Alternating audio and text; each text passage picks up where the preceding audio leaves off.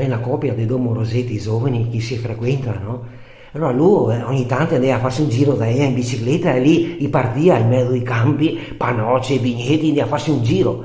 Ma ben che sommare de ella, la gesgnachea, i fradetti piccoli, ogni volta in biciclettina a starghe per da Rio, partinieri de 8. E dai una volta, e dai due, e dai tre, e ogni volta con sto boccetta, che ogni volta che lui andava a farsi un giro con ella, sempre con sto boccia per da Rio, in biciclettina a tenere de 8.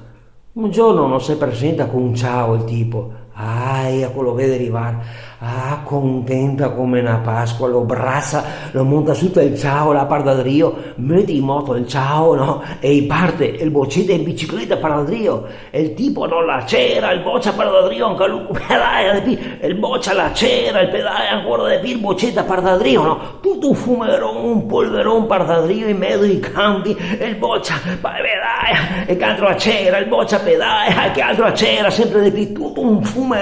A un certo punto li ha persi il boccia, tutto un casino, un polverone, non vede più niente. A un certo punto su una curva vede il ciao capotà per terra, qua roba ancora che gira, arriva lì, ha fatto un incidente, Giacopai ha fatto un incidente.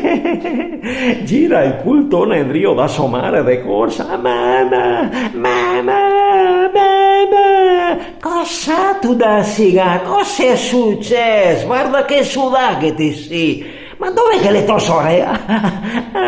E qua avanti sono a curva e andai fuori la strada. E ho fatto un incidente. E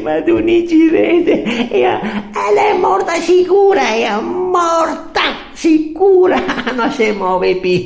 Lui deve essere ancora vivo, lui. Aveva ancora il culo che fa così.